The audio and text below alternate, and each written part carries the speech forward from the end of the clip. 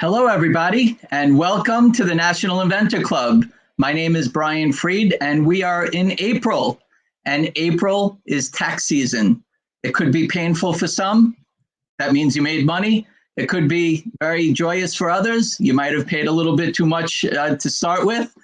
Whatever it is, it's tax season. And the main question tonight is your invention idea, are the expenses with your invention, with your startup, a tax write-off? Very interesting. So we're going to find out. We have Ken Rosenfield.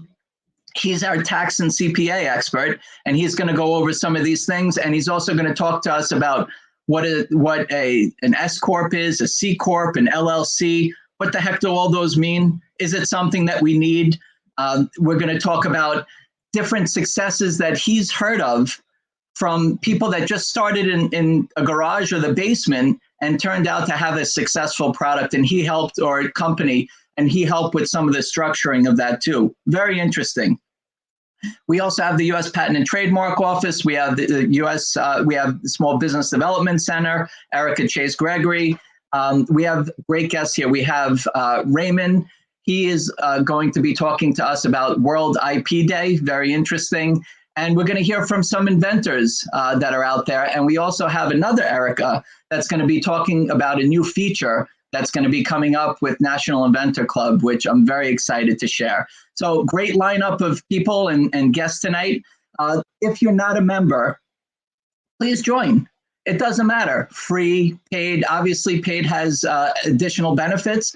After this meeting, in about an hour or so, the paid members, whether you're an inventor or you're a service provider, somebody who helps inventors, if you paid for membership, you will join us after the meeting with our after meeting networking VIP. I still haven't come up with a good name for it, but it's going to be a fun networking event. And every month that we've been doing this so far, for the last 3 months, I think it's been, I can tell you that people call me up and text me afterwards. They got something out of it. We're all on screen, networking and helping each other out. That's what this is all about.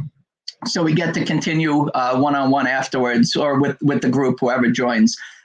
With paid membership, I know that people are asking me just to buy this, but I'd like you to be a member or pay for the membership. You get a National Inventor Club t-shirt. There's all different types of benefits for being a member, but one of them is going to be what Erica is going to tell us about a little bit later. One of the Ericas. We have 2 Ericas tonight. Also, I'm really proud of the Inventor Smart newsletter. If you haven't already subscribed, please do so. It's on National Inventor Club website.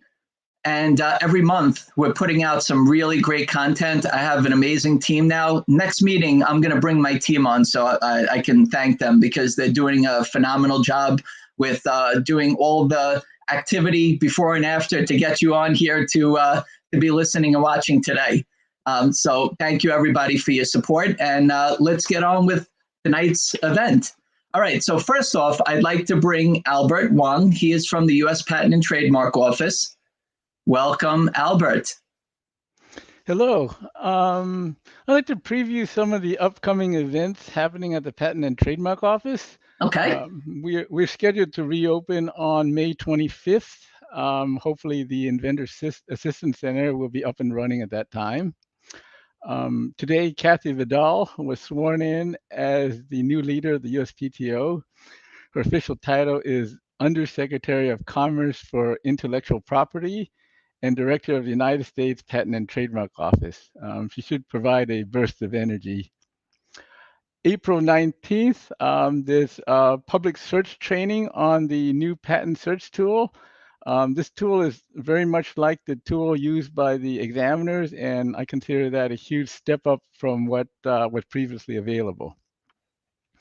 The Path to a Patent series is continuing. For those who are not familiar, it's a series of modules on how to draft a provisional and non-provisional patent application. On April 14th, there's a webinar for Native American artists and craftspeople on selling their products online. And in April 20th, there's a webinar titled Learn How Examiners Approach 103 Obviousness Rejections. It's a good primer on how to respond to an office action. On April 20th, there's a presentation on copyright protection. And on April 26th is World IP Day. The theme is IP for a Better Future, Young Innovators. And there's also some programming specifically tailored for IP Day. You can find all the information on the USPTO website. Thank you very much, Albert. And last month, we had some of your colleagues on that navigated us through the U.S. Patent and Trademark Office website, which was all kinds of resources for inventors. So you can go on uspto.gov.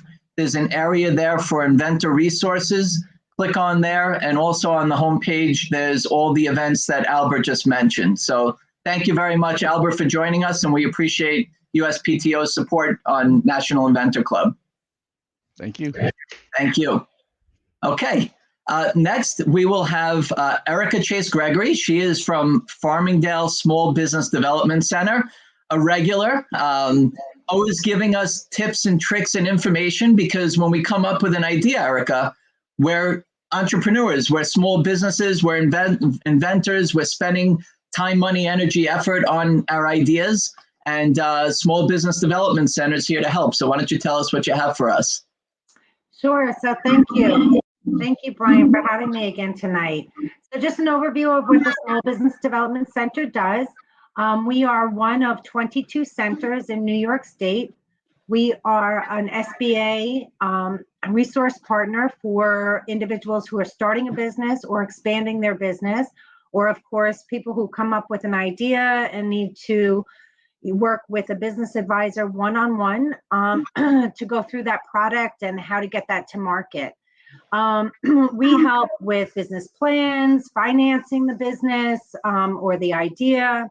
We help with marketing plans. So how are we going to market this new product into the marketplace? New product development, exporting your product, importing things that you need for your product to then sell your product, loan packaging, researching your idea. Certainly in your world, US PTO office is a huge resource, but we can also do research on the industry that you're entering into. Of course, we do disaster assistance. Since COVID, we've been working with over 3,500 small businesses recover from the pandemic financially. And we help people with their products or services who want to sell to government agencies. So that's something we can help you with. Also find the agency that's eventually going to be buying what you're selling. To date, we've been doing this since 1985. All of our services are free to the individuals in the community. We have been working since 1985 doing this in the community. Since then, we've worked with over 35,000 small businesses, helping them to invest $543.6 million into the area's economy. Every state in the United States, as well as some US territories, have an SBDC system. They all do the same thing. They help individuals or businesses start or to expand their businesses. You can find the center nearest you by going to americassbdc.org, and up on the upper left corner, there's Find My SBDC, and there's an area where you just put in your zip code, and you can put your zip code in there and find your SBDC to help you. Brian asked for a tip, so real quick, because this has just been on my mind for a while, because we've been working with a gentleman on a product, and 3 of my business advisors have no idea what it does, what it is. We are so confused. I was working with him, and I was kind of concerned it was me, and then I pushed him off to someone else, and they're like, I have no idea what he's making. So I want you to think about your elevator pitch. This is something when you're talking to an individual or a group, you want to create a story about what you are creating, what problem it's solving, and it has to answer what it does, what it's going to do for the individual who's going to use it. practice what you're selling, what you're making. Practice with your friends, families, people that you trust. Talk to them about it. Ask them, do you understand what this does? And if they don't understand it, tweak it. Continue to practice that. An elevator pitch is really something that you're in an elevator, you're going to another floor, and you have just those 30 seconds to get your idea out and understand what it is. So think about it. You can work with a business advisor on this elevator pitch. We can give you an outline of the points that you'll want to include in your elevator pitch. But really, that's really important. You know it, but don't assume that the consumer is going to know it. So you really have to practice that. That's my tip for tonight. Thank you very much. Erica, and how much to work with the Small Business Development Center? How much is it? We are free of service, so you just connect with us. Like I said, you go on America's SBDC to find your local SBDC. You can always use my contact. I'll put it in the chat, and you can connect with me, and I can find you your business advisor or your center that you can work for. You can connect with them. But I'll put both the website that you can find it on your own, or you can, of course, use me as yours. If you're in another state, hey, Erica, where do I go for this free service? And they can work with you from beginning to end, always free for all of you. You know what I love? That your local Small Business Development Center is found somewhere near you and you don't even know it.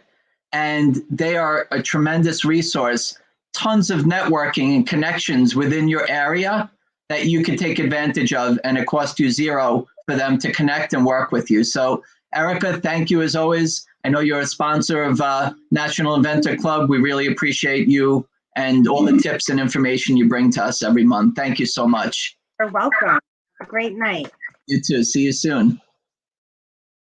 Okay, let's have Raymond Van Dyke. He is representing World IP Day, April 26th. He has an event coming up, which I'm proud to be a part of. Raymond, thank you for joining us tonight. And why don't you tell everybody out there what they can sign up for? Okay, I'll give my elevator pitch. Okay, again, I'm Ray Van Dyke. I'm an intellectual property patent practitioner in the Washington, D.C. area, and I'm also the Greater Washington, D.C. chapter chair for the Licensing Executive Society. All right, and we are having our annual World IP Day event, and it's going to be on Tuesday, April the 26th this year. The event is free, and it's open to everyone. Please feel free to send me your contact information if you can't find it, and I'll send you the place to look for the link for the webinar. Okay.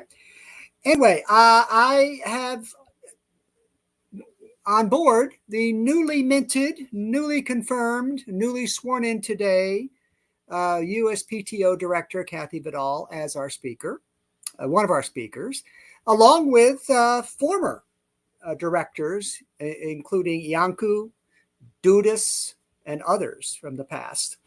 And we have renowned inventor Gary Michelson, the billionaire. And we have also former chief judge for the Federal Circuit, Judge Randall Rader.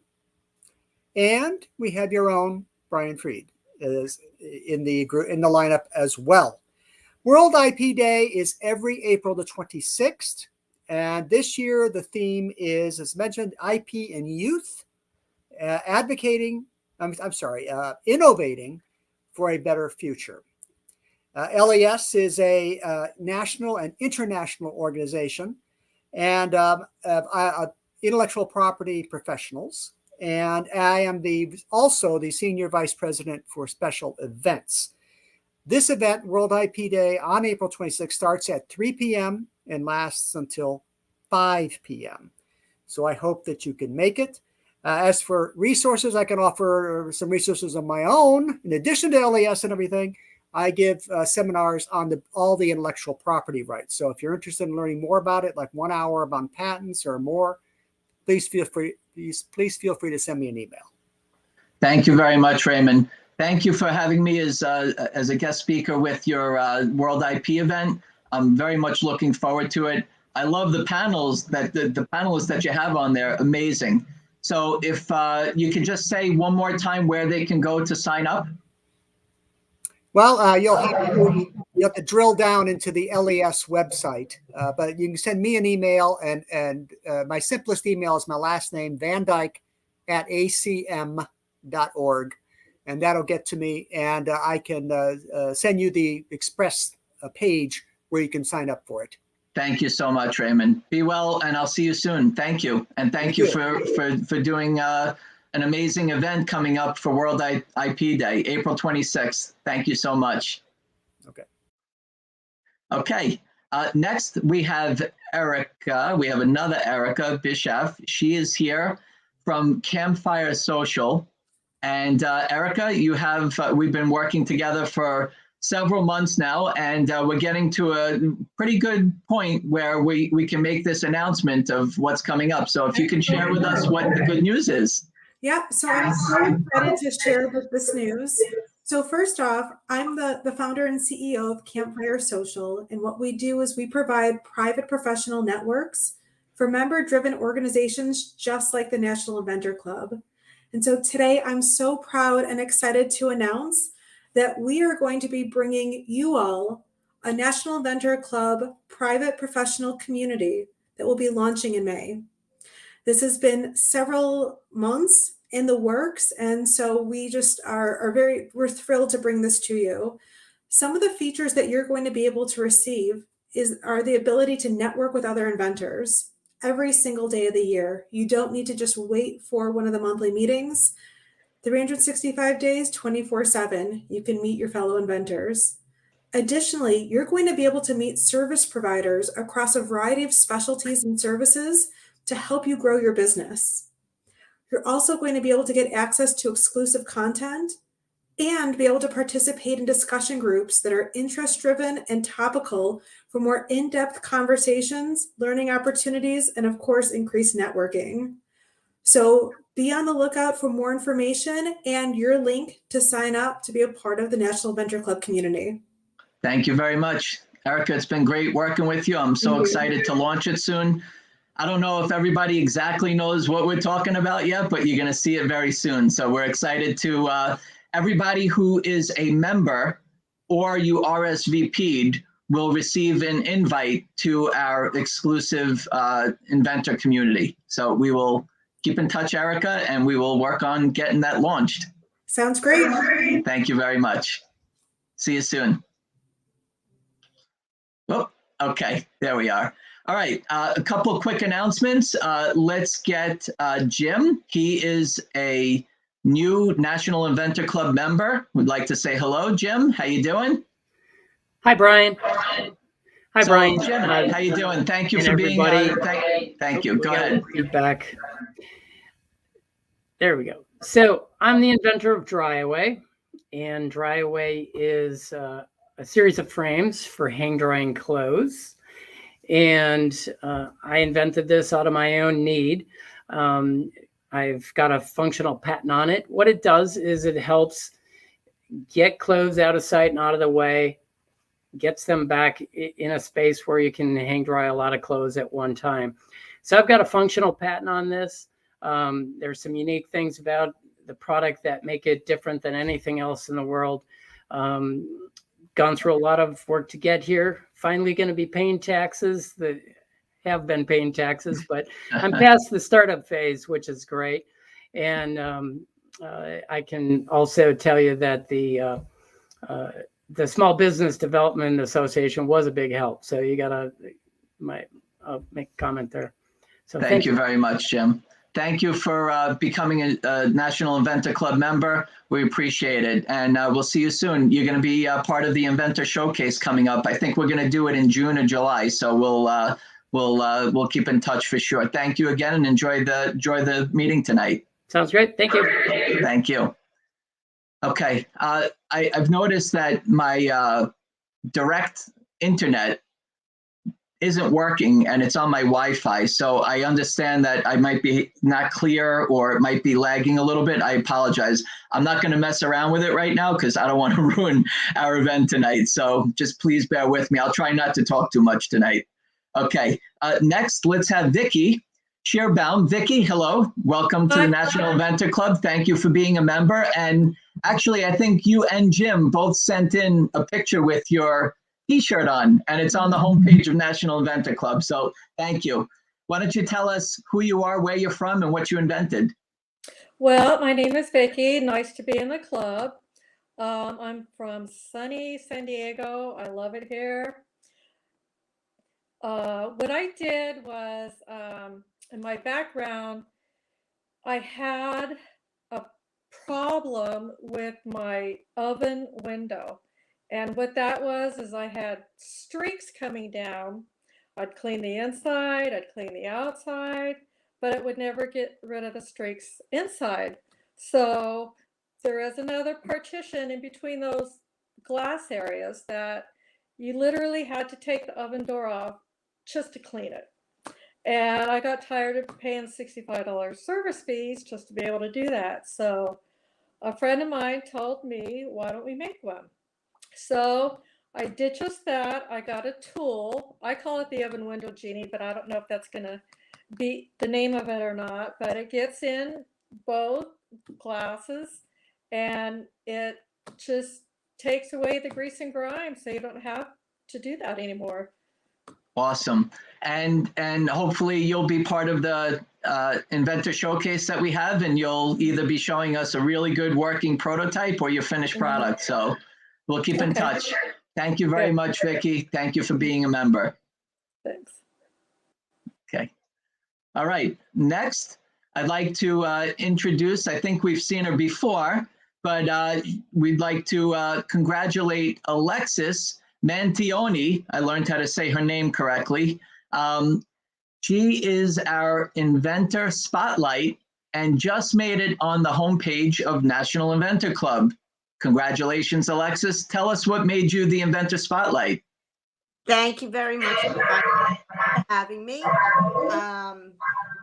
So I'm on the Inventor Spotlight. I'm thinking that you had said you wanted to know what was a win that I have experienced like in the past 6 months or so.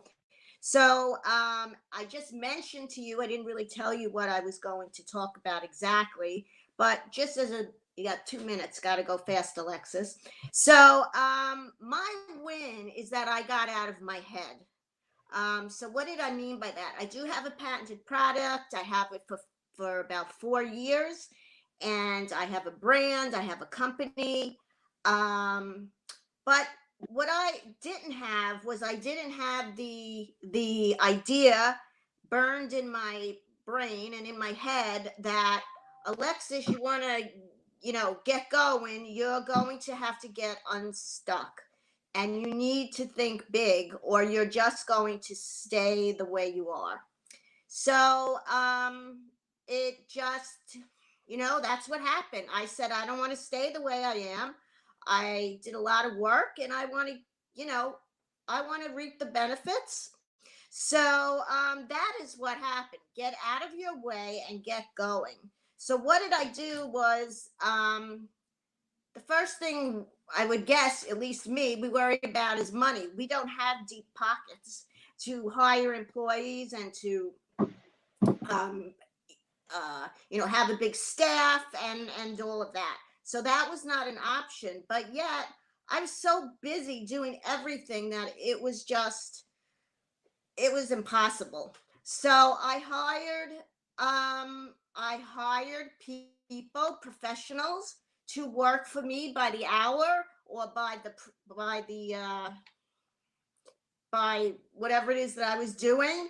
I got this dream team together of, again, people that will help me.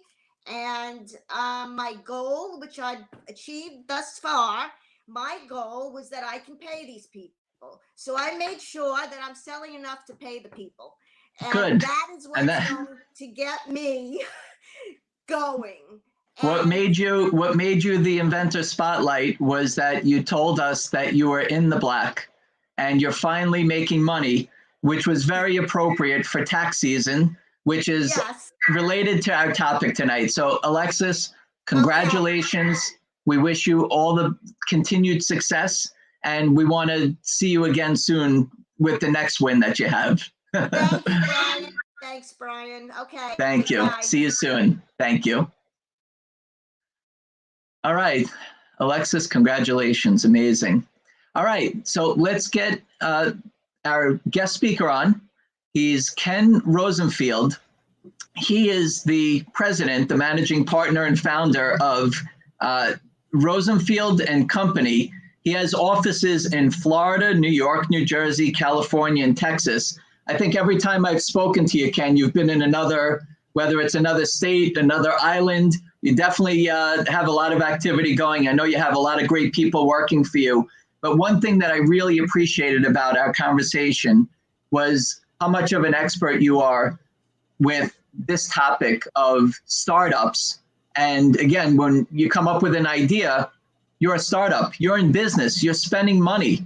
So can you help us with kind of going through what we can write off, what kind of corporation we should have, if anything at all, when should we incorporate?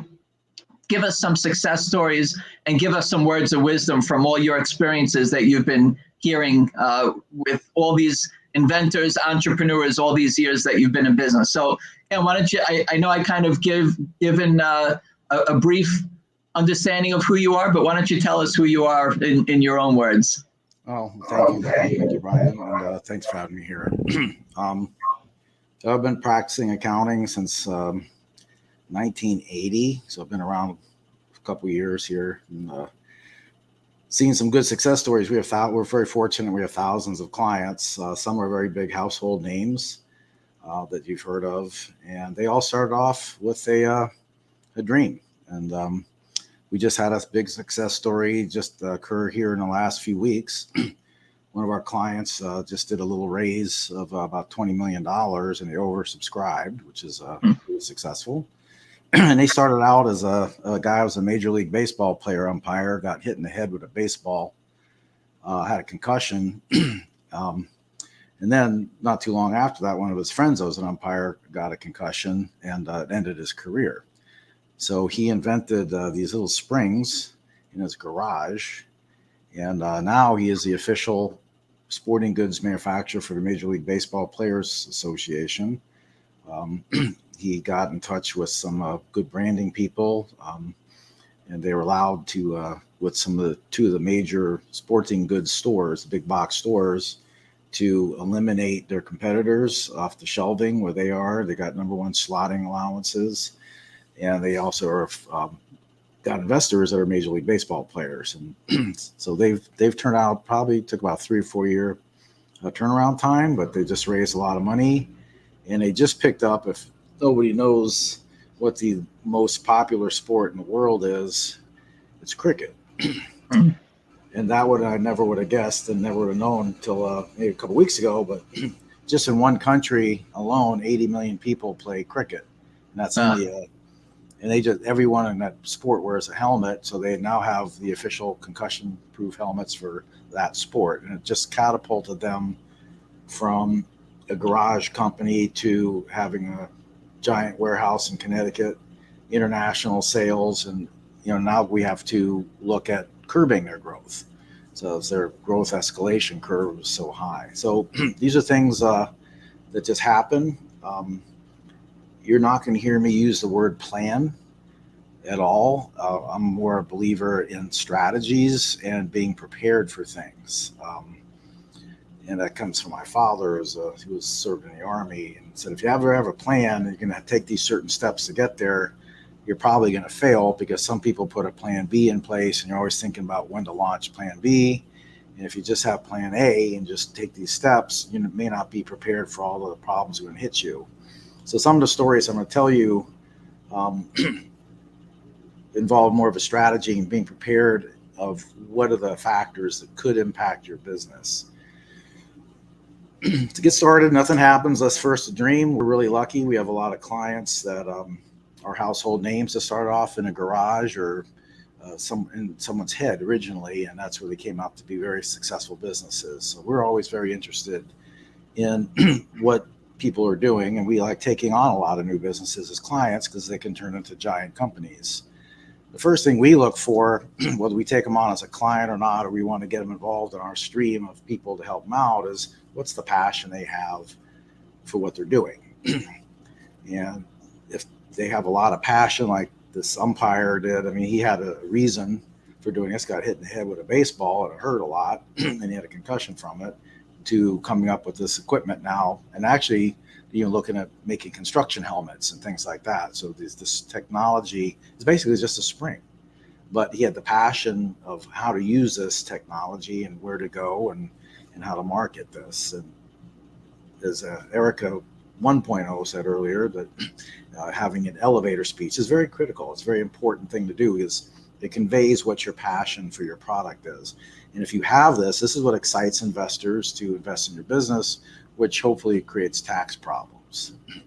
So getting the funds is what's needed to get the business started. One of our clients is one of the top major cruise lines in the world. They have ships all over the world. They started off in a garage, and we helped them develop a business plan many, many years ago, basically in a kitchen table. And it turned out to be one of the biggest cruise lines in the world. And it all started off with the dream and how to get this going and how to get it funded. So getting funds sometimes is very difficult. We'll get into a little bit of that before we get into the tax problems, but where initial funds come from, sometimes it's parents, sometimes it's your best friend, sometimes it's credit cards, sometimes it's your kids. It's anybody to get you started, get invested in you. This baseball equipment company basically got started by a catcher that's one of the highest paid catchers in baseball now. Put in a little bit of money, and he kept putting in a little bit of money because he wanted to wear the equipment. And that's how they got their seed funding, plus overextending credit cards to get the company funded.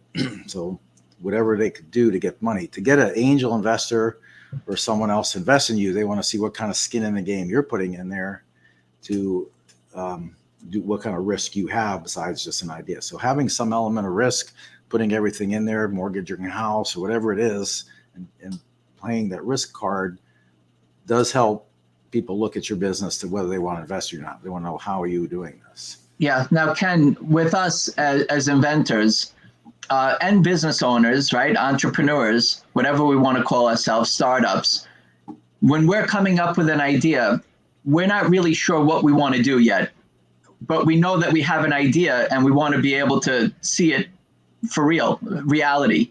As you're navigating through, you have some options. Is this an idea that you're going to manufacture and develop, and develop first, then manufacture and sell yourself? Or is it something that people have heard of called licensing? Do I want somebody else who's in the business to manufacture it, distribute it, and I can earn a royalty from it? So what we're doing right now is we're thinking about, or we're talking about the inventor that does have an idea that once, it doesn't matter, it can be all the way till getting the product actually developed, or it could be steps along the way. Maybe you need money for patent protection. Maybe you need money for a prototype. Maybe you need money for some marketing and some activity to be able to show it to a potential licensee. So different ways to navigate.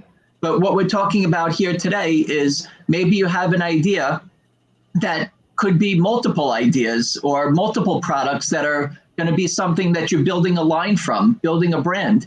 I know that there's some inventors that I'm working with and that I talk to that have a product and now they're building other products around it to build a company. So what you're presenting right now is the first steps of, I'm not sure yet if I want to license it or manufacture it, but let me see how far I can get until I do need some funds. Another good idea to spin off of that, let's say like Orlando, Florida, which is my other home, that's put my time in, is the gaming capital of the world. I don't know if people knew this, but it's like where EA Sports was founded, in a garage. And what they have spurred on is what we call incubators. Yeah, they have various incubators throughout Florida, in Orlando, Florida, Central Florida there, where they share ideas, have money, they share office space, and they're developing games. And there's a lot of big gaming companies coming out of that. A friend of mine that's been an entrepreneur actually was one of the initial investors in EA Sports, which is the largest sporting game company in the world.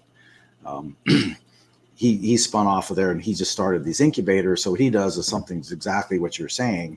He might even be a good candidate to talk one of these days here is of how to spin these ideas, whether you get what's the strategies that you want to use in terms of putting like a hub and spoke together for ideas and technology and marketing and those kind of things. Good. So yeah, I mean, you're absolutely correct. That fits very perfectly into this. Excellent. Let's see what else. The big question coming up, but yeah, you have so many stories of successes and failures that you've seen. It's kind of crazy. So one day a guy comes in our office and he was he cut grass for a living, and in a Rocky Mountain National Park in Denver, Colorado. And he would basically use a skeed, one of those handheld knives, and he'd cut the flowers and trees and everything around signs and parking lots and things like that. And he came in our office one day out there, and I met with this man, and he said I could put it in a burlap bag, a little burlap thing, and make tea out of it. And I said he's basically taking Colorado Rocky Mountain wildflowers and putting them in a sack and putting them in hot water. And he started going around kind of just walking around restaurants in Boulder, Colorado, and he's selling his tea. And he really wasn't good at marketing and all that, but he was a hardworking person. He had this great idea and he made all these flavors. Today, that company you probably know and heard of, and it's owned by a big company, sold it for a lot of money. It's called Celestial Seasonings. And it was just amazing how you can take sometimes just crazy little ideas of putting a bunch of flowers in a tea bag and making a tea out of it. It's the most popular natural tea company in the world. But they started out basically farming flowers and cutting flowers for a national park service. That's what they did. Very nice. Let's hear a couple other quick stories. One is a cruise line. Probably one of our biggest successes and biggest failures has been cruise lines. This is where I talk about having a strategy versus a plan. So one of our clients started off in Central Florida called the Big Red Boat. They were started on a coffee table in someone's house. There was a bunch of cruise line executives from another cruise line. They had this idea. So they partnered with a Disney company, became the original official cruise line of Disney, which costs money. You actually have to invest in Disney. You have to guarantee them so many park tickets. That's all Disney was ever interested in. So they started this cruise line, became Premier Cruise Lines, and they took off. They needed some funding. So they went probably to the most logical company in the world to do this. It was a bus company called Greyhound Bus. Where that came from, we'll never know. It was just kind of a lucky strike where maybe lightning will strike twice. And Greyhound bus lines invested in this company to get started. They started off with one ship. It was a real hunk of bolts and a rusty tub basically floating in the water. They fixed it all up and they became the first cruise line of Disney World. They started having characters, a lot of money. They didn't make money for a couple years, and then all of a sudden they took off. Where they failed is they sold off to a group of investors out of here in New York City, where I live now, and they didn't know how to run a company, and all they were interested in was getting a quick, fast return, which the cruise line wasn't generating. And at the time that this all happened was gas prices. So they weren't prepared for what would happen if gas prices kicked up so much like they are today and how that would impact their business. Wow, very interesting. And then he also went through a failure of getting qualified people and to run the boats, and they actually ran a few ships aground and ended up being a big mess. So they went from as entrepreneurs of the company, running a company that were very entrepreneurial. They thought out of the box. They ran a company really well, made a lot of money, bought out Greyhound lines. They sold to a private equity group. Then it was just a massive failure. Yeah. And my first job I ever worked on was I was in Colorado at the time also, and someone says, "Hey, go talk to this guy. He's buying a movie theater." And he was a big client for the firm, and I wasn't sure why they chose me. I guess I was lucky. So I walk in this guy's office, and he says, "Hey, I said the partner in charge wanted to talk to you about buying a movie theater." He goes, "I'm not buying movie theaters. I'm buying a movie studio." He was buying 20th Century Fox. It wasn't a movie. So now here I was, just a young kid out of college, helping them do this. And the moral of this story was, don't get out of your box. This guy was a wildcat oil driller who knew nothing about making movies, but his wife was a socialite and she liked to hang with movie stars. It ended up being the largest colossal failure in history at the time. This was Marvin Davis buying 20th Century Fox.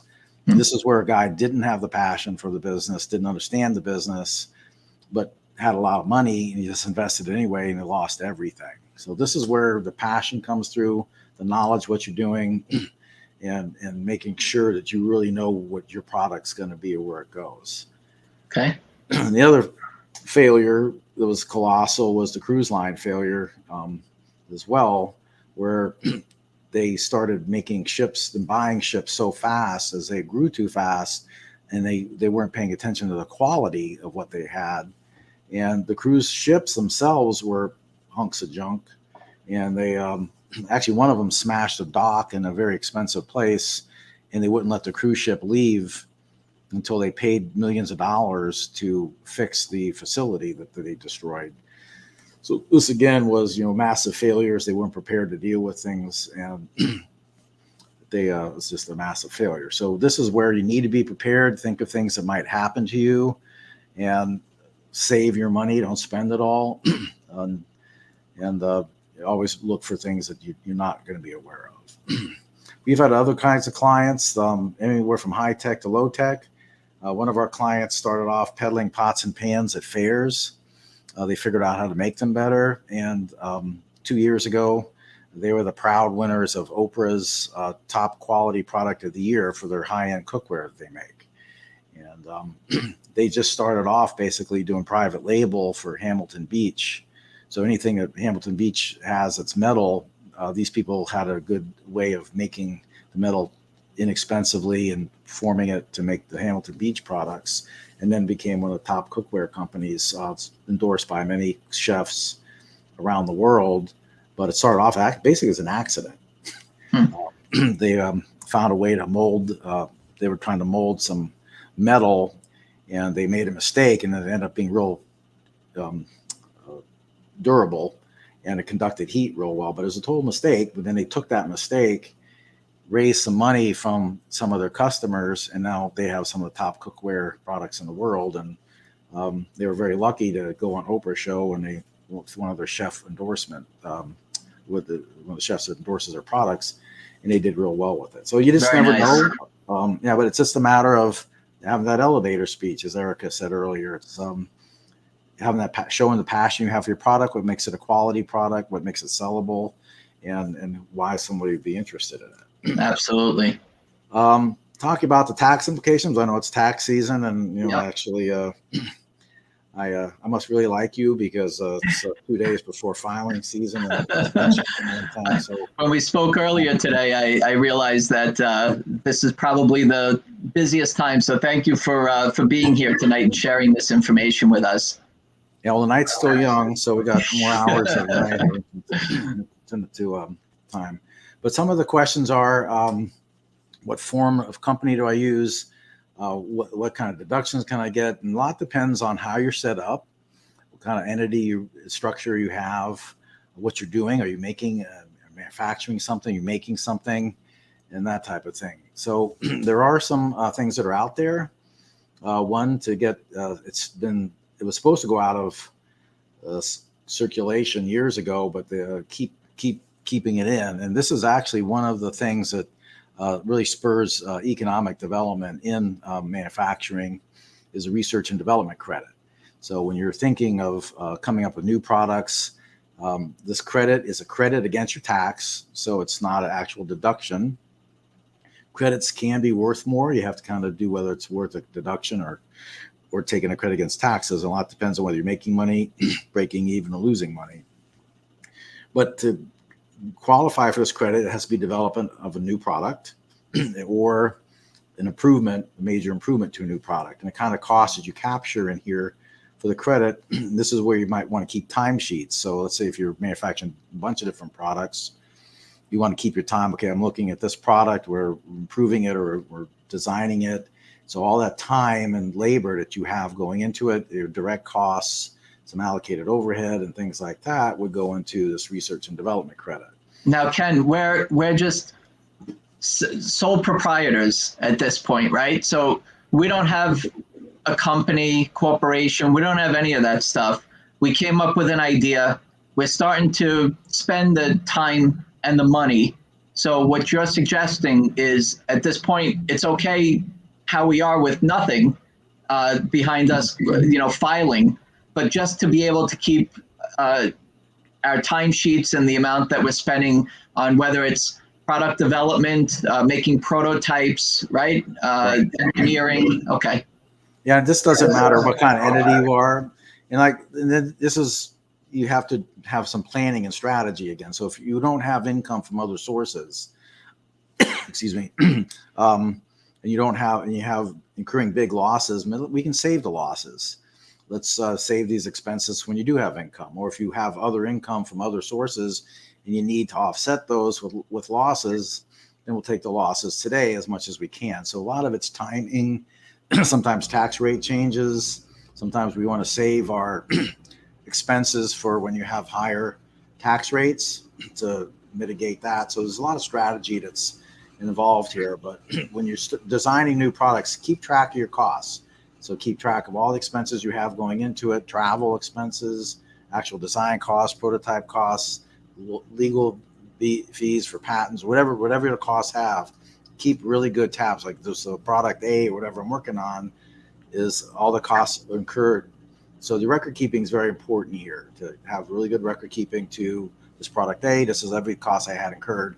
And then you can make the determination whether you want to take a tax credit today, expense it today, capitalize it today, and come up with a good strategy. It's going to fix with what you expect income's going to be, or if you have big income now, you want to offset that. So those are things.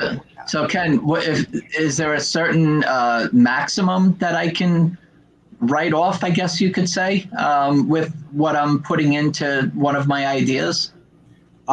There is and there isn't. So there is a limitation when you have to capitalize these costs and then amortize them, and you take them over a period of time, or some you have to set up and they last until you start selling the product. But if it's under $50,000, then you can expense it outright. There's an election you can make to just totally expense your research and development costs. Okay. I hope my accountant is listening. Okay. Thank you. Another thing to consider is depending on how you invest in the company, what you're putting in. Some people always say, well, I'm going to loan my business money and I expect to get paid back. If you're doing that, make sure you have real loan documents, putting an interest element in there, and it's a real debt. Otherwise, the IRS can come in and audit another time and try to categorize that as capital.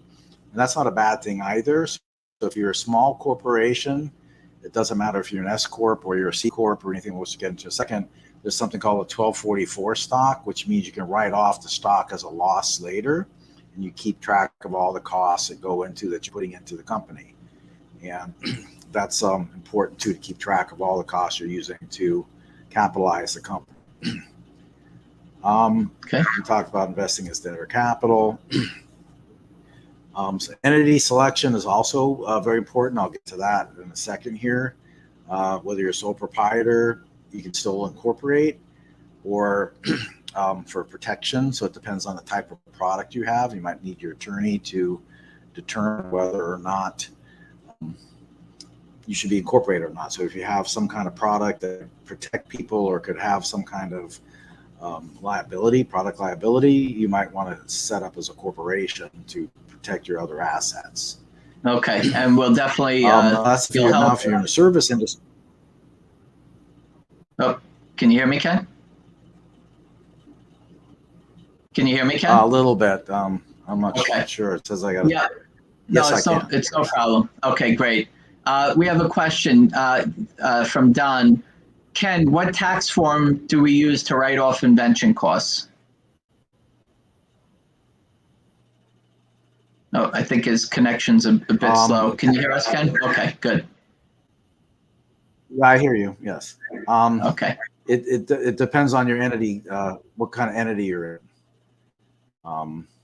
So if you're a corporation, you might, if you're a single member LLC, you're going to have a Schedule C. If you're a subchapter C, you'll have a Form 1120. And if you're a subchapter S, you'll have a Form 1120S. Okay, thank you. Let's see if we could get through some of these points of figuring out what type of business and entity. I see a couple questions coming in about what they should file or how they should file. Actually, I have a deck here. So if you're a sole proprietor, typically that's just going to be a Schedule C of an individual tax return. This offers no legal protection from your personal assets. If you're an LLC, this does provide legal protection against your personal assets. And a single member LLC is also filed on a Schedule C of an individual tax return. So this, if you're having any kind of product liability issue, then this would be, and you're just the only investor at the moment, this would be the preferred method to file under the single member LLC. You file on a Schedule C and you have asset protection. If you have multiple owners, partnership would be a good form to have, especially if you want to change the way you have allocations and distributions. You could have some limited liability for different types of ownership. So like the managing partner would have a lot of liability, and the limited partners only have a limited liability, only up to the amount of their investment. Okay. So the subchapter around a long time. It's not quite as, yes. No, I was going to ask, I'm sorry. Again, I apologize, everybody. My direct internet is off and I'm on Wi-Fi, so that's why I'm not doing too great on my quality tonight. But there's a bunch of questions coming in though, Ken. So we have this invention that we're working on, and we don't really have any partners or anything else, but we do want to protect ourselves. Maybe it's something that we're going to have another company start to manufacture and distribute for us as a licensing deal. Or we might want to go into business for ourselves and manufacture it.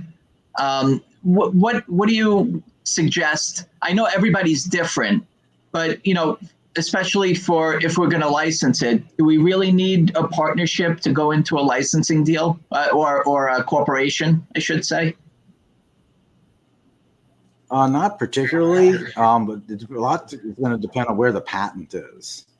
So if the patent is, you hold the patent, you still could have product liability issues. And again, I'm not an attorney, so you need an attorney to guide you on this. But if you have the patent and you're the owner of the patent, which I imagine you would if you're licensing something, you'd want to shield yourself, and I'd still go with a single member LLC. So if you're manufacturing anything, I would look at a single member LLC at the least. Okay. We have Sean is asking, does an LLC have personal liability, sole proprietor? Single member LLC would have liability based on what the company has and what the company is doing, but it will protect all your other assets. So so it's a matter of how you structure everything else. So we have, some clients that if they have a very volatile type product, they might have their spouse or child or someone own all the other assets, and they will own just the product patent or something like that. So you really need to have an attorney help you set up your structure, what's going to protect you the best. Thank you.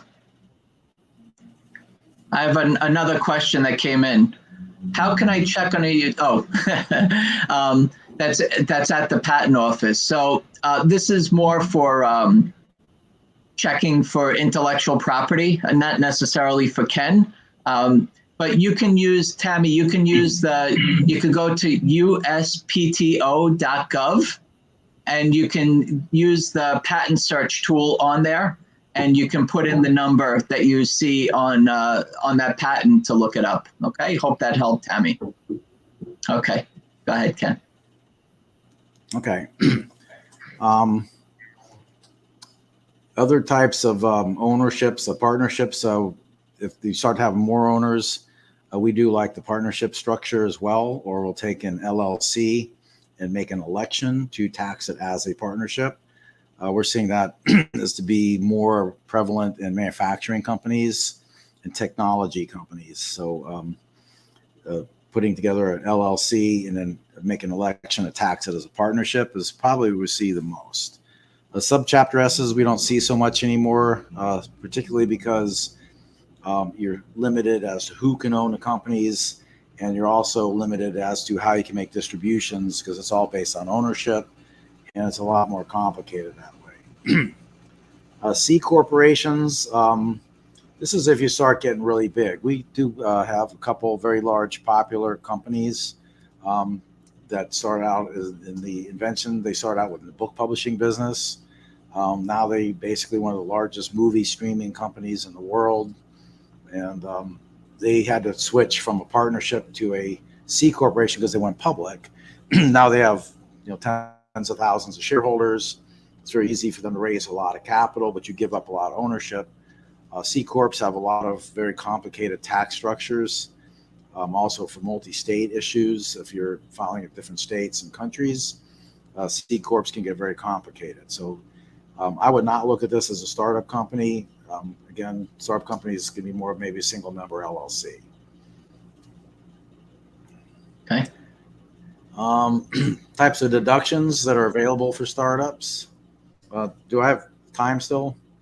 Yeah, we're okay. Yeah, it's okay. What's great about this is anybody can come and go anytime they want. I hope that this is interesting. Look, we have so many interesting guests here on National Inventor Club, but this part is really important. We're spending money. We're investing our time. There's a lot of things that we're doing that we might not necessarily know that's available to us. And that's what I try to do is find people like yourself and companies, and you run a great company to be able to go through and share this information with us. So I'm sure that people are finding something that is going to help them. Okay. Well, the kind of deductions are what you can immediately deduct are what's called ordinary necessary business expenses. So things like your home internet, buying computers, all the software that you put on your computers and all these kind of things. These are all deductible.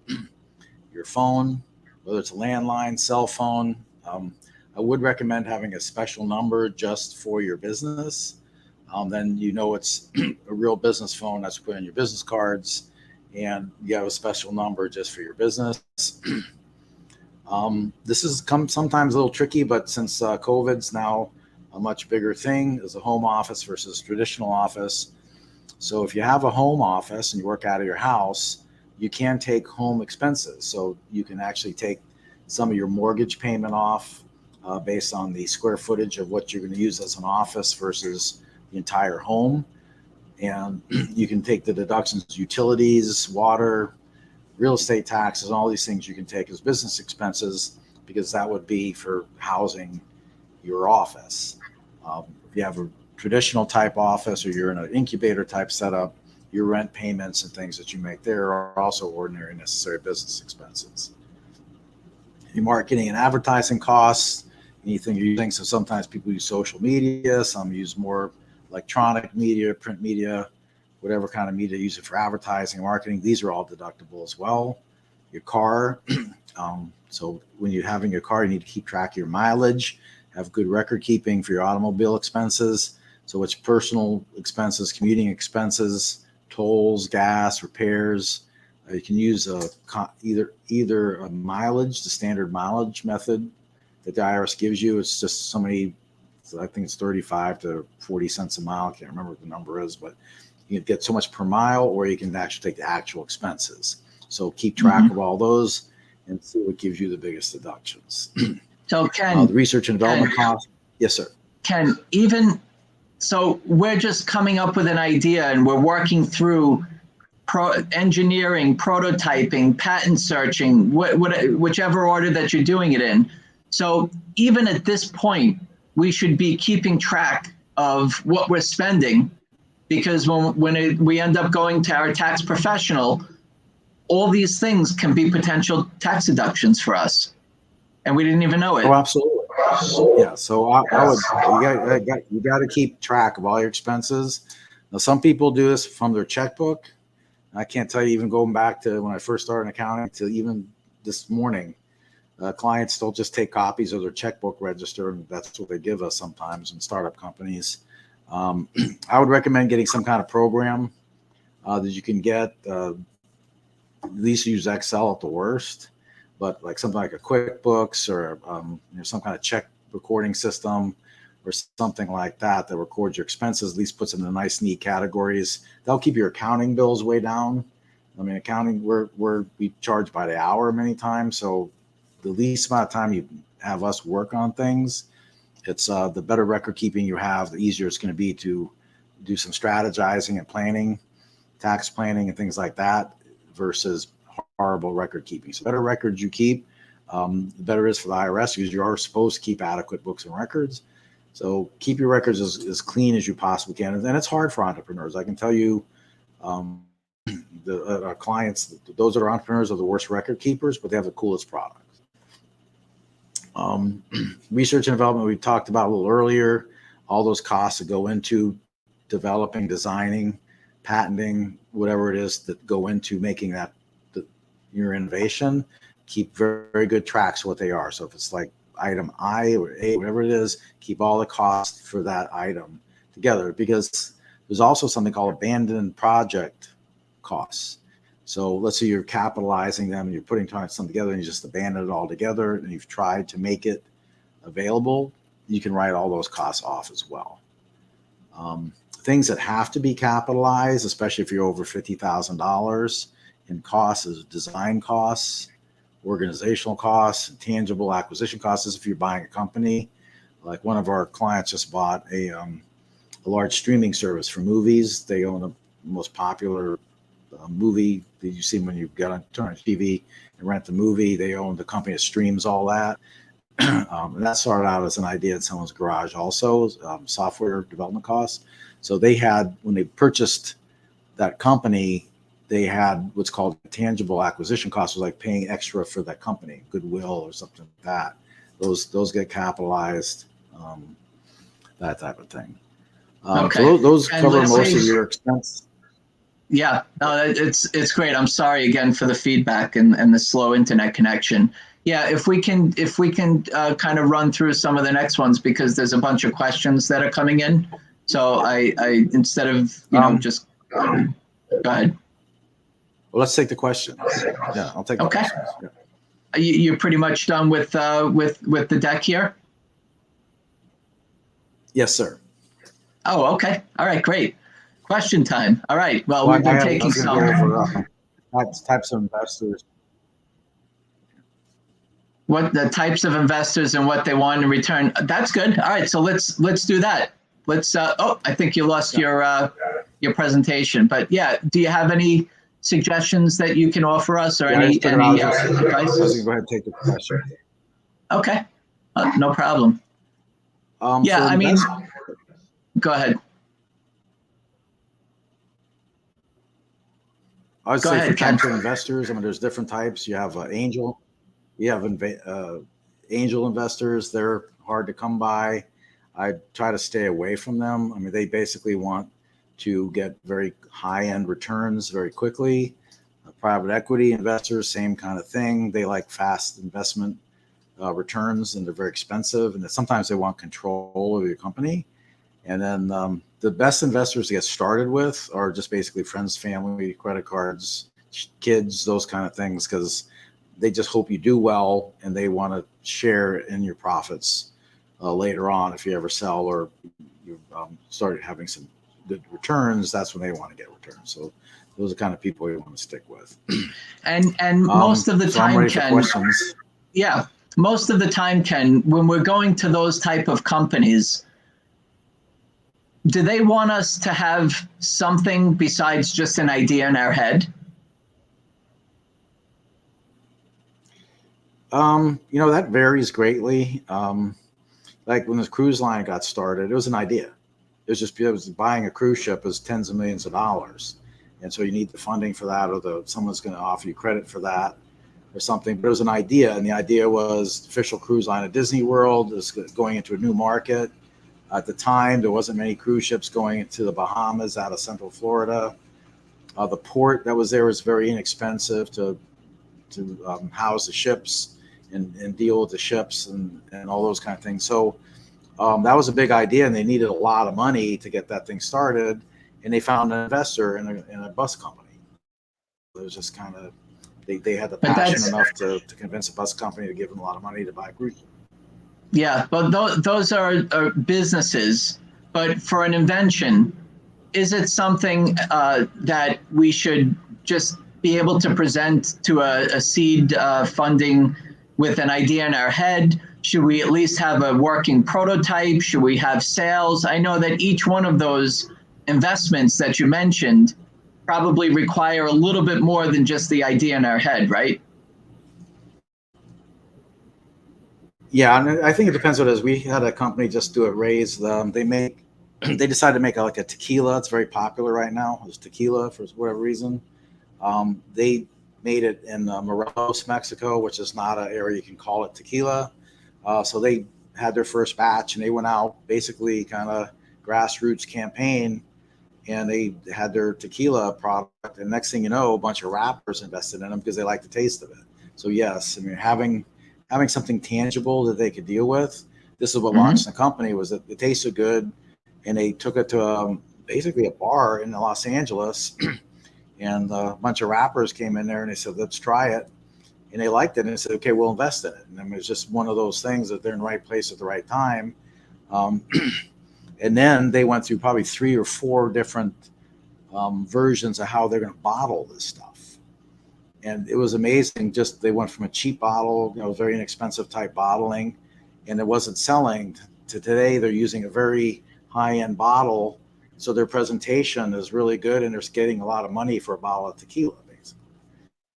But it's the same stuff as any other tequila. It does taste good, but that's right. Well, from my experience and working with different seed fundings and so forth, it's really about how far you're getting, because the more risk that you're making them take, the more that you're giving up.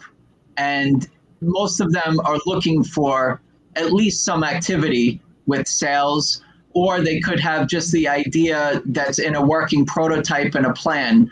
But it's really tough for a product without having at least a working prototype or sales to be able to go to for funding. That's why many of us as inventors, once you have the funding, that means now that you're also going into business selling whatever it is that you just wanted the money for. So it may not necessarily be that you want the money to start a business. And that's something that you have to think about. Are you going to start a business? And if that's not really what you want to do, then you can consider doing it on a smaller scale, or you can go the licensing route, where you can find a company that already made that investment, has some level of success out there, hopefully, for you to want to be a partner with them, and then to be able to have them manufacture it, distribute it, and you earn a royalty from it. So you could do something with your intellectual property, your patent. So there's a lot of navigation. There's a lot of who you know, and there's also a lot of just twists and turns along the way. But it's tough with an individual product with an idea in your head to just kind of raise money. But what's great is that anything is possible, and that's what we learn here on our meetings every month, for sure. So let's see if we can take another 1 or 2 questions, and let's call it a night. We have the after meeting networking that I know some of people are actually waiting in the next meeting. So let's see, Elston. I was told that I can't deduct these expenses until I started selling my product. I'm not sure which expenses he's talking about, but if they're startup expenses, If they're under $50,000, they can be expensed.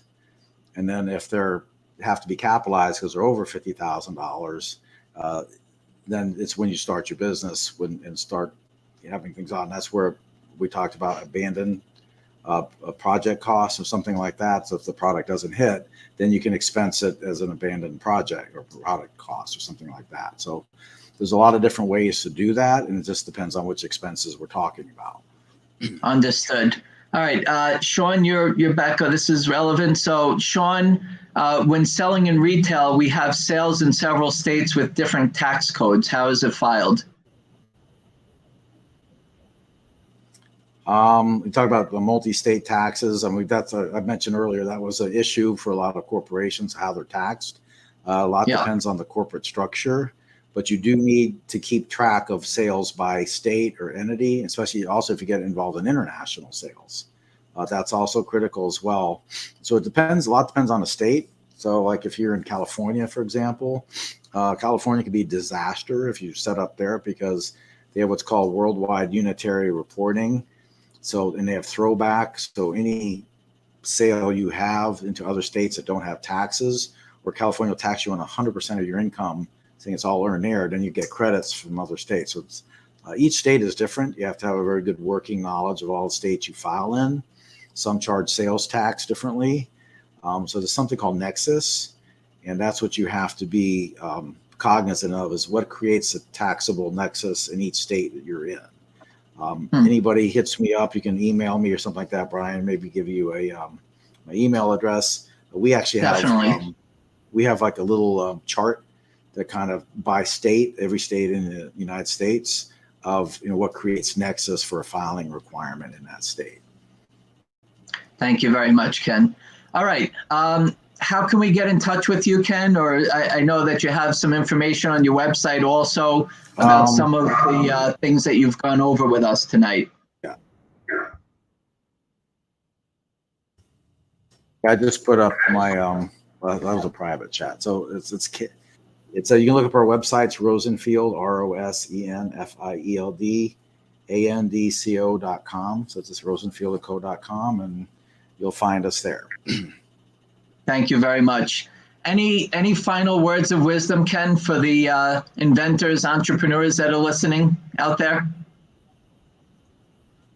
Don't stop dreaming. It's always just keep thinking. And then again, it's like having that passion, as Erica mentioned earlier, having that elevator speech, being able to show, because you never know, and being prepared to discuss your product at any time. A lot of our clients that carry their product around with them all the time, or a deck or something like that. And like our gaming clients, I mean, they carry this around with all their games, and they can just show you games all the time, what they're coming up with. They'll test it out on kids, whatever. So just being prepared all the time to talk about your product with somebody and going to forums like this, that's great. I mean, those are kind of things that just, because as you said earlier, you just never know who you're going to run into. Like our tequila company, they just did a grassroots thing in some bar in Los Angeles. They just lucked out that some rapper was there that day. He said, "Here's $500,000. I want to invest in your company." And it just like happened. And I don't know if he had too many of the tequilas or what it was, but he became a big investor in the company. So you just never know, but it's being prepared. It's That's awesome. Always able to do that. So. Ken, thank you so much for joining us tonight on National Inventor Club. Ken Rosenfield and Company. He's got offices in New York, New Jersey, Florida, California, Texas. Definitely knows his stuff. Thank you for sharing your information with us and to the inventor community. We appreciate you being with us tonight. Thanks again. Thanks for having me. Thank you. All right, that wraps up National Inventor Club, April 2022. Wish you all the best in tax season time here. Hopefully you got some information and you could go back and speak to your accountant, or if you're doing your own taxes, hey, up to $50,000, he said you can write off. So ask more questions and see if you could do that. That would be great. I know that I might have missed out on a bunch of tax deductions from the past, but that's okay. I learned now. So for those of you who are National Inventor Club paid members, you received a unique link in your email let's hop on the next link there and let's network for a little while so we can all see each other and on the video and chat. Thank you, everybody, for joining us. By the way, next month, I have GS1US. What the heck is that? GS1US? They are the organization that handles all the barcoding that on all the products that we scan. A lot of us go on the self-checkout now. We have to figure out where that barcode is. Well, guess what? There is so much information embedded in that barcode. And I have GS1US representative going to be on National Inventor Club to share startup information, barcode information if you're going to start your own business. Really great information. So I'm looking forward to sharing that with you from GS1US next month. I think that's it. Have a great night. Thank you very much for joining us from National Inventor Club, and see you next month. Be well and keep on inventing.